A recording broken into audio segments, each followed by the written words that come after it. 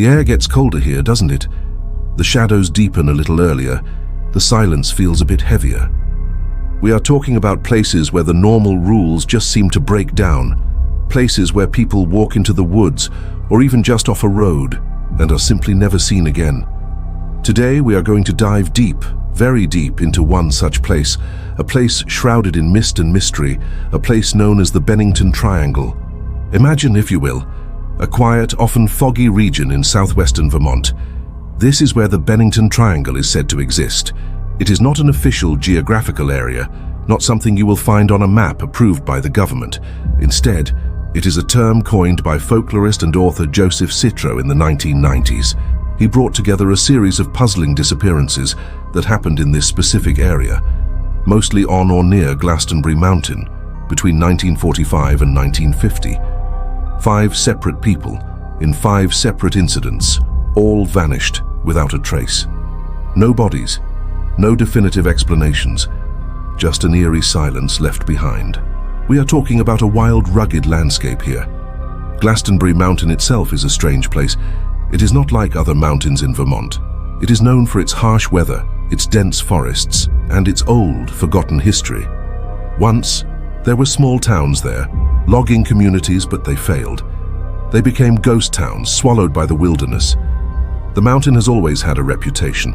Native American tribes, like the Mohican and Abenaki, reportedly avoided it. They spoke of it as a cursed place, a place where spirits dwelled, a place where you could easily get lost and never return. They called it a man-eating stone in some legends, a place that would consume you. This ancient fear, whether rooted in real dangers or something more mystical, forms the backdrop for the strange events we are about to explore. Let us begin with the first disappearance, the one that started this chilling pattern. It was the 16th of November, 1945. The Second World War had just ended, and the world was slowly trying to find its footing again. But in the quiet woods of Vermont, a new kind of terror was about to unfold. Middy Rivers, a 74-year-old experienced hunter and guide, was out hunting with 4 other men. They were on the Long Trail, a well-known hiking path that runs through the state, in the area of Glastonbury Mountain. Middy was an old-timer. He knew these woods like the back of his hand. He was tough, resilient, a man who had spent his life in the wilderness. As they were walking, Middy fell behind his group. The other hunters were moving at a faster pace. Middy told them he would catch up. He was just a little slower. He was wearing a red cap, making him visible, or so they thought. The weather that day was turning. It was late autumn, and the air was getting colder, hinting at the winter to come. A light snow had begun to fall.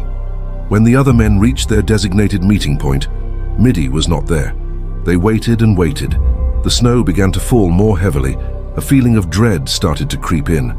Middy Rivers was not someone who got lost. The search for Middy Rivers began almost immediately. Hundreds of people, local residents, state troopers, volunteers, scoured the area. They searched for days, then weeks. They covered every inch of ground they could. But there was no sign of Middy. No footprints in the fresh snow, no broken branches, no discarded equipment. It was as if he had simply vanished into thin air. His red cap, which should have stood out against the white snow and brown trees, was never found. This was a man who knew how to survive in the wilderness. For him to disappear without a trace was profoundly disturbing. The search was eventually called off, with no answers.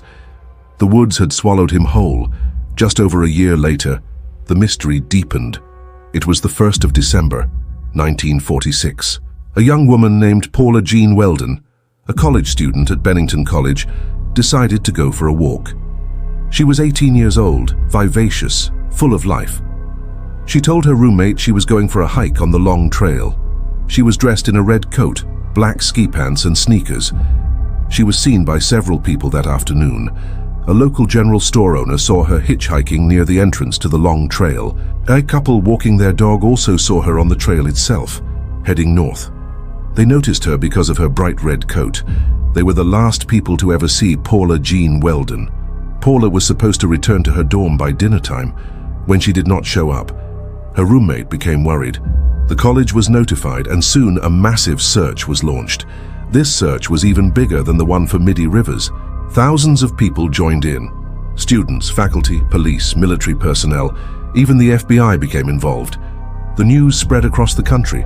Rewards were offered. Hotlines were set up.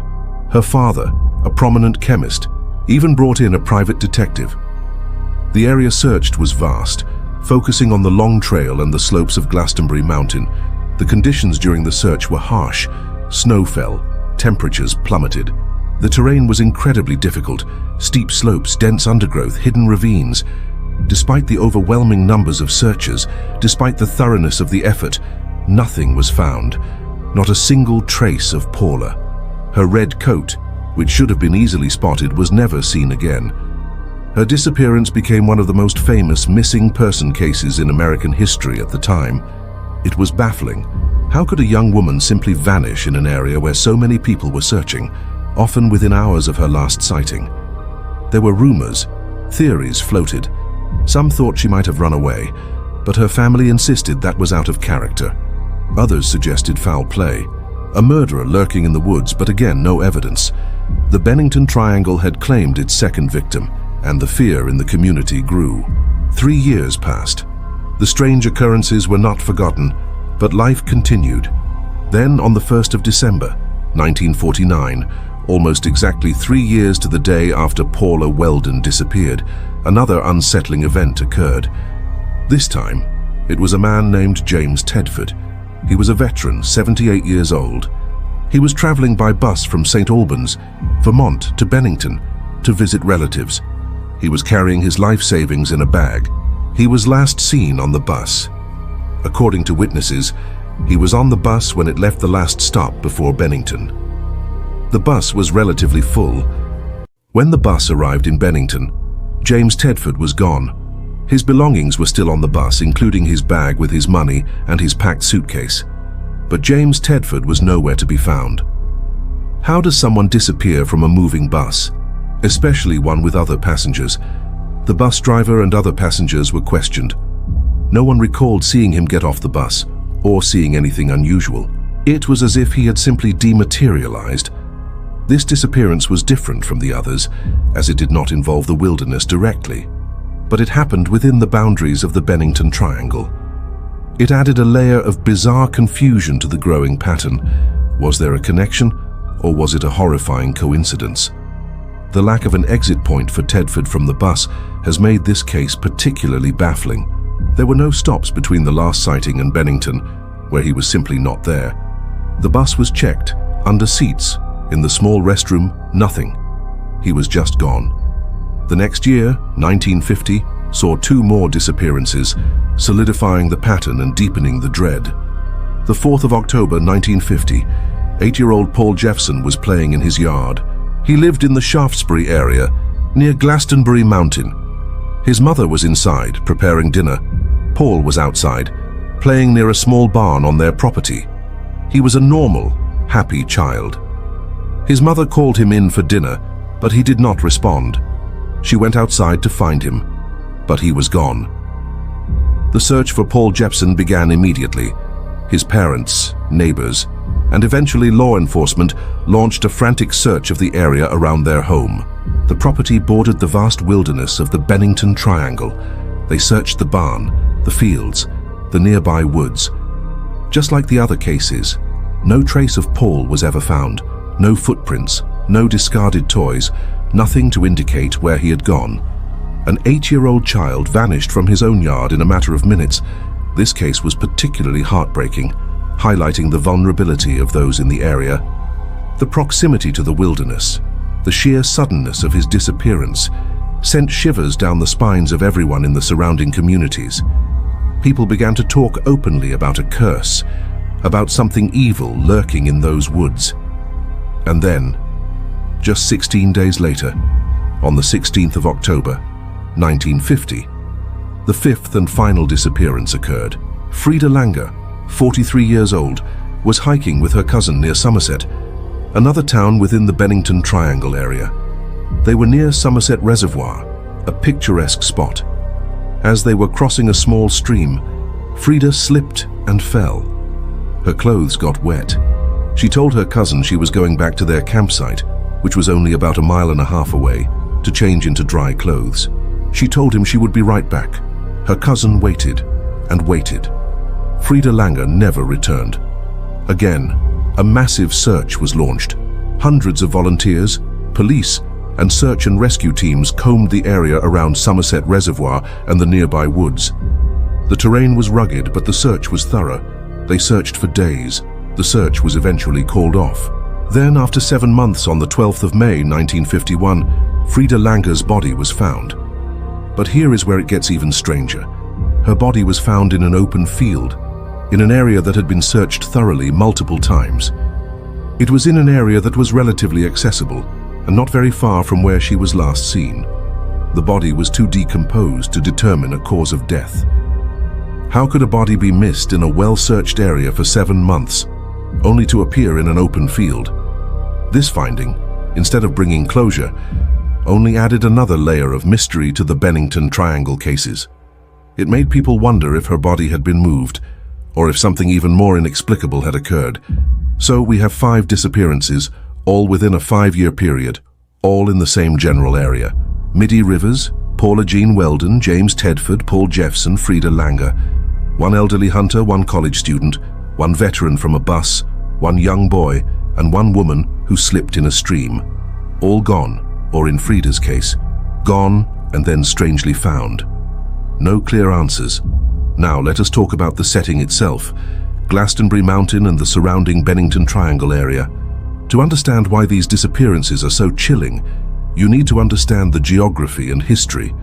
The Bennington Triangle is roughly defined by the towns of Bennington, Woodford, Shaftesbury, and Somerset. At its heart is Glastonbury Mountain. This is not a gently rolling landscape. It is a forbidding place. The mountain peaks are often shrouded in mist. The forests are incredibly dense, thick with old-growth trees, tangled underbrush, and hidden ravines. The ground is uneven, filled with boulders and roots.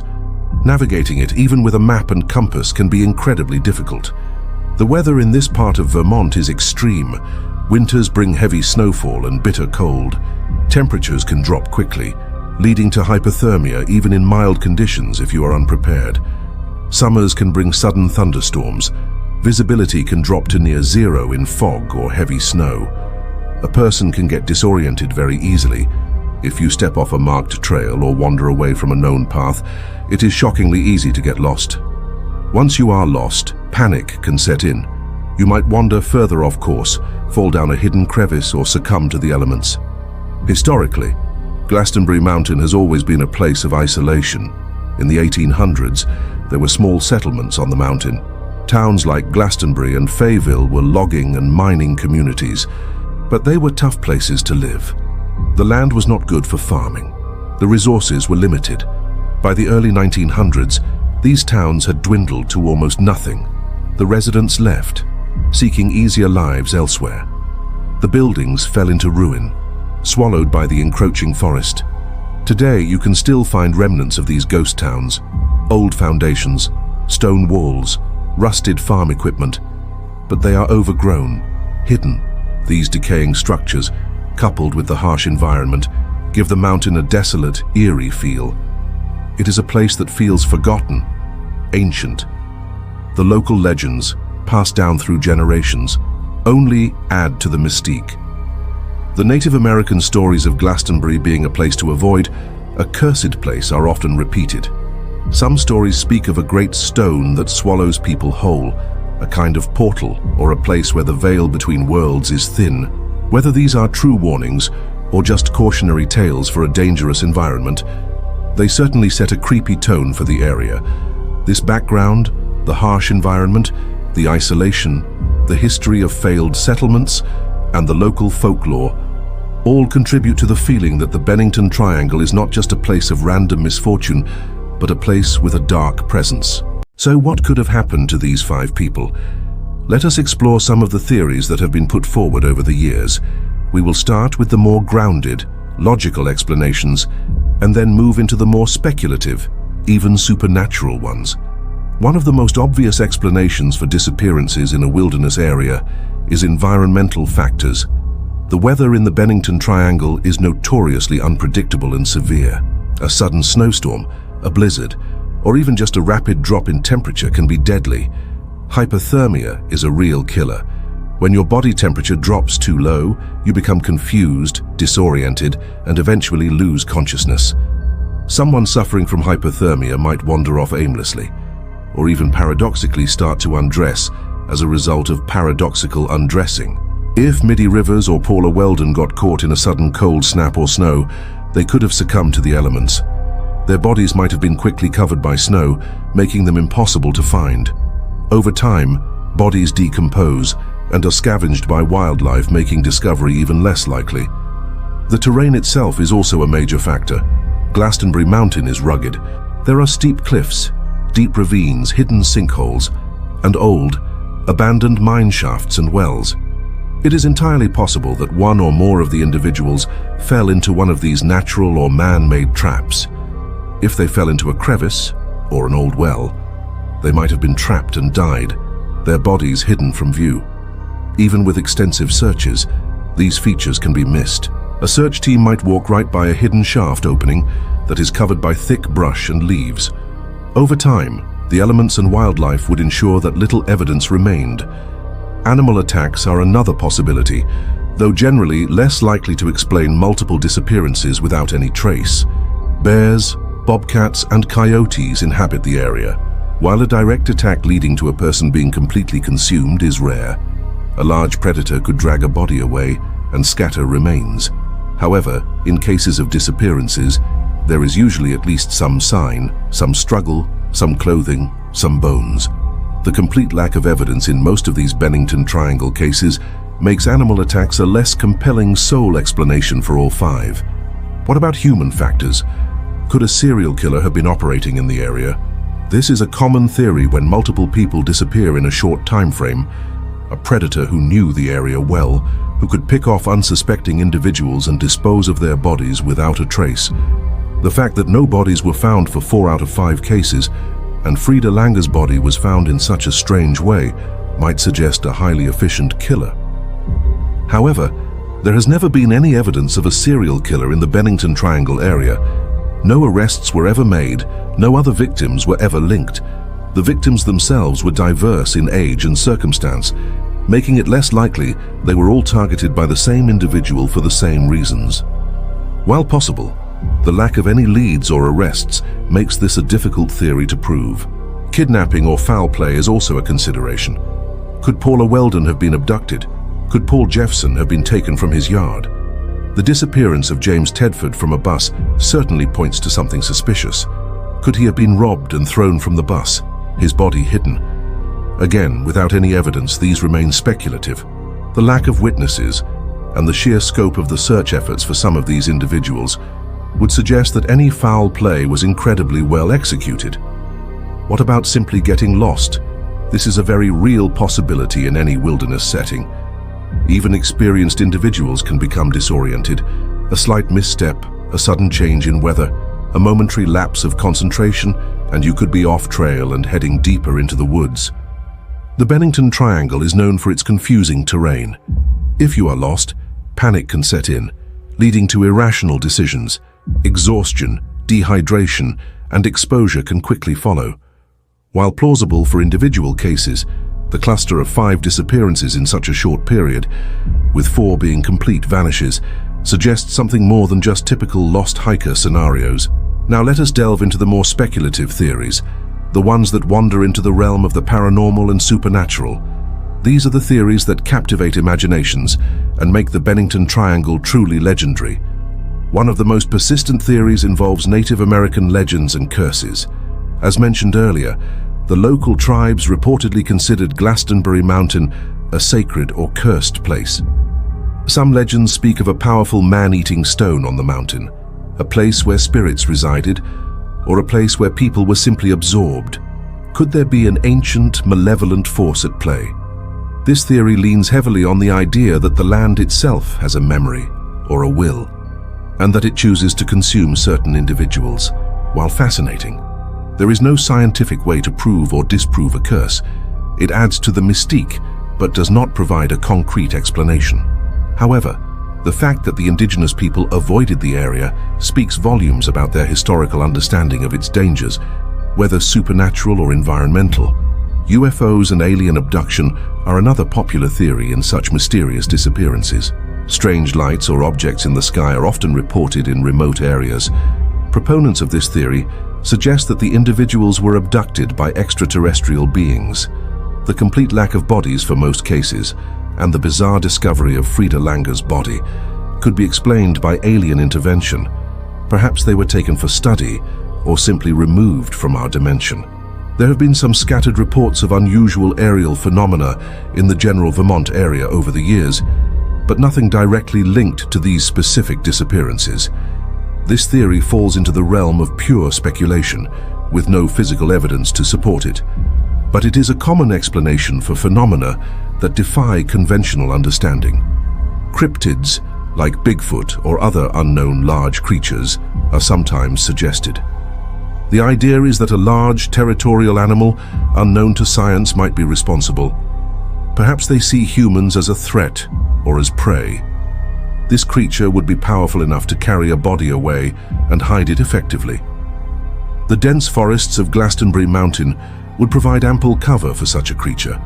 However, like alien abduction, there is no concrete evidence of such a creature existing in the Bennington Triangle. No footprints, no hair samples, no photographic evidence, nothing.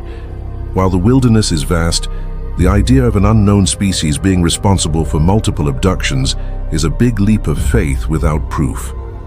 Perhaps the most intriguing and unsettling supernatural theory involves portals or dimensional shifts. This suggests that the Bennington Triangle is a place where the fabric of reality is thin. Individuals might accidentally step through a portal to another dimension or into a different time, and simply vanish from our reality. The suddenness of the disappearances, the complete lack of trace, and the almost immediate nature of some of the vanishings, like James Tedford from a bus, or Paul Jeffson from his yard, could be explained by such a phenomenon.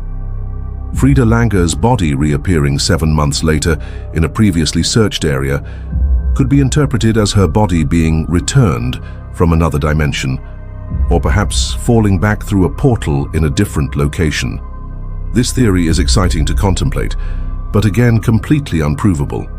It is a way to explain the unexplainable, to offer a reason when no logical one exists. Related to portals are theories about energy vortexes, or unique electromagnetic anomalies. Some believe that certain geographical locations have unusual energy fields that can cause disorientation, or even rip things out of our reality. The idea is that Glastonbury Mountain might be a point where such an energy vortex exists. This could cause people to get lost quickly, or to literally disappear. There are some who claim to have experienced strange sensations or equipment malfunctions in the area, but these reports are anecdotal and not scientifically verified. The magnetic anomalies mentioned by some researchers often refer to slight variations in the Earth's magnetic field, which are common and generally not powerful enough to cause people to vanish. Now, let us step back and look at these cases from a more skeptical point of view. While the story of the Bennington Triangle is compelling, it is important to remember that the term itself was popularized by a folklorist. Joseph Citro brought these disparate cases together under a compelling narrative. This does not mean the disappearances did not happen. They absolutely did. But it does mean that the triangle aspect and the idea of a specific cursed zone might be more of a storytelling device than a scientific reality. Are 5 disappearances over 5 years truly exceptional in a wild, remote area? Let us consider some statistics. Every year, thousands of people go missing in the United States. Many of these are found, but a significant number are not. In wilderness areas, the challenges of search and rescue are immense. According to search and rescue data, the vast majority of lost individuals are found within 24 to 48 hours. After that time, survival rates drop significantly. The more rugged the terrain, the worse the weather, the lower the chance of finding someone alive, and if a body is not found quickly, the chances of finding it at all diminish rapidly due to decomposition and animal activity. The wilderness surrounding Glastonbury Mountain is enormous. It is hundreds of square miles of dense forest. To conduct a thorough search of such an area is incredibly difficult. Think about it. Hundreds of searchers spread out, but each person can only cover a very small area at a time. The terrain is often so thick that you cannot see more than a few feet in front of you. A person could be just meters away from a search party and remain unseen. Even in open fields, a body can be missed if it is partially covered by brush or in a depression. Frida Lange's case is a prime example of this. Her body was found in an area that had supposedly been searched. This is not uncommon in missing persons cases. Bodies often turn up later in areas thought to be cleared. This does not necessarily point to a supernatural explanation, but rather to the inherent difficulties of search and rescue in such environments. The lack of concrete evidence for any paranormal claims is also a significant point. While the theories are exciting, there is no scientific proof of curses, portals, or Bigfoot in the Bennington Triangle. The human mind is wired to find patterns and explanations, even when none are immediately apparent. When faced with the truly unknown, we often lean towards the extraordinary. The Bennington Triangle disappearances are indeed extraordinary, but that does not automatically mean they are supernatural. However, let us briefly revisit each case with a more critical eye, while still acknowledging the mystery. Middy Rivers, 74 years old, hunting, fell behind. Elderly individuals are more susceptible to the elements, especially cold. Even experienced woodsmen can have a medical emergency, a heart attack, a stroke, or simply stumble and injure themselves severely. If he fell into a hidden ravine or crevice, or was covered quickly by heavy snow, his body might never be found. The complete lack of trace is still puzzling, but not entirely impossible given the conditions and his age. Paula Jean Weldon, 18 years old, hiking alone. While she was young and fit, she may have been unprepared for the sudden change in weather or the difficulty of the trail. Young women hiking alone can be targets for foul play, but again, no evidence of this. Her red coat should have been easily visible, making her disappearance even more baffling. Could she have wandered off the trail, gotten lost, and succumbed to hypothermia? The extensive search suggests this would be unlikely without any trace, but the wilderness can be an unforgiving place. The sheer scale of the search and the immediate response makes this case the most perplexing for many. For her to vanish without a single item of clothing or personal belonging being found, it defies conventional understanding of a person simply getting lost. James Tedford, 78 years old, disappeared from a bus. This is the outlier case, as it does not involve the wilderness directly. This makes it perhaps the most baffling from a logical standpoint. How does someone vanish from a moving vehicle? This points more strongly towards human intervention. Perhaps someone on the bus who abducted or harmed him, then disposed of his body outside the bus at some point and saw anything. Did he step off the bus during a very brief stop that no one else recalled, perhaps due to a medical episode? Or did he simply exit the bus at an unexpected moment without anyone noticing, and then became disoriented and lost in the general area? The mystery of his belongings remaining on the bus is very odd. Some have theorized that the bus was not completely enclosed. Perhaps an emergency exit or rear door was somehow compromised, but this is unconfirmed. The lack of any explanation makes this case truly bizarre. Paul Jeffson, 8-year-old boy, vanished from his yard. This case is the most heartbreaking. A child disappearing from his own property is every parent's worst nightmare. Children can wander off, they can hide in small spaces, or they can be abducted. Given his age, he would not have been able to travel far on his own. The immediate search of his property and the surrounding woods found nothing. This points to either a very rapid abduction, or the child hiding in an incredibly obscure location where he later died, or perhaps fell into something. The proximity to the wild parts of Glastonbury Mountain suggests he could have wandered a short distance and become lost in the dense woods, but for absolutely no trace to be found. Not a single shoe or toy is deeply disturbing. This one really fuels the darker theories. Frida Lange, 43 years old, went to change clothes after falling in a stream. Body found 7 months later. Her case is unusual because her body was eventually found. The fact that it was found in an open field, in an area that had been repeatedly searched, is the main mystery here. It could be that the initial searches were not as thorough as believed, or that her body was somehow moved after her initial disappearance. Perhaps she did fall and die, and her body was missed by searchers. Over time, decomposition might have made it more visible, or a shift in natural elements might have uncovered it. The theory of her body being moved by an animal, or even by human hands, has been considered. The most unsettling aspect for many is that if she died naturally, why was she not found sooner in a supposedly well-searched area? The fact that her cause of death was not determined adds to the frustration. The Bennington Triangle mysteries continue to captivate us because they touch upon our deepest fears. The fear of the unknown, the fear of vanishing without a trace, the fear of something inexplicable lurking just beyond our understanding. When logical explanations fall short, our minds naturally drift towards the supernatural. These cases are perfect fodder for such thoughts. They highlight the power of the wilderness, how it can be both beautiful and terrifying. They remind us how fragile human life is when confronted with the vastness and indifference of nature.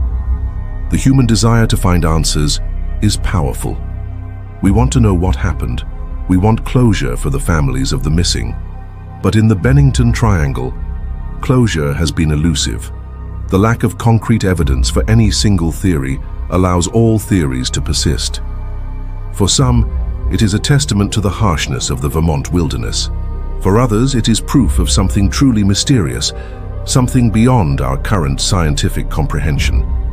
The stories of the Bennington Triangle have become part of local folklore, passed down through generations. They serve as a chilling reminder that even in our modern world, there are still places where the mysteries of the universe seem to converge.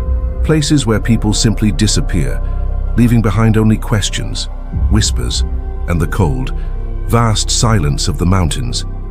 In the end, despite all the theories, all the investigations, all the searching, the truth of what happened to Midi Rivers, Paula Jean Weldon, James Tedford, Paul Jeffson, and even Frida Langer remains shrouded in the mists of Glastonbury Mountain. The Bennington Triangle stands as a powerful symbol of the unknown, a place where the line between reality and legend blurs. And as long as these cases remain unsolved, the question will always linger in the cold air of Vermont. Why did so many people vanish from the Bennington Triangle? Why did the mountain claim them? And what dark secrets does it still hold? Consider the sheer scale of the wilderness in Vermont. The Green Mountain National Forest, which encompasses Glastonbury Mountain, is enormous, covering over 400,000 acres. Much of this land is undeveloped and wild. Search and rescue operations in such vast areas are logistical nightmares. According to studies on missing persons in wilderness environments, the probability of finding a person decreases significantly with each passing hour. After 72 hours, the chances drop to a very low percentage, especially if the person is injured or not properly equipped for the conditions. In cases where bodies are found, they are often discovered by chance, by hunters or hikers, sometimes years after the disappearance. The fact that 4 out of 5 bodies were never found in the Bennington Triangle is statistically unusual for such a clustered series of events, but not entirely unprecedented in the context of deep wilderness. The psychological impact of such disappearances on a small community cannot be overstated. When people vanish without a trace, it breeds fear and distrust. Neighbors might look at each other differently. Every stranger becomes a potential threat. The community of Bennington and the surrounding towns lived under a cloud of anxiety during those 5 years. Parents kept their children closer.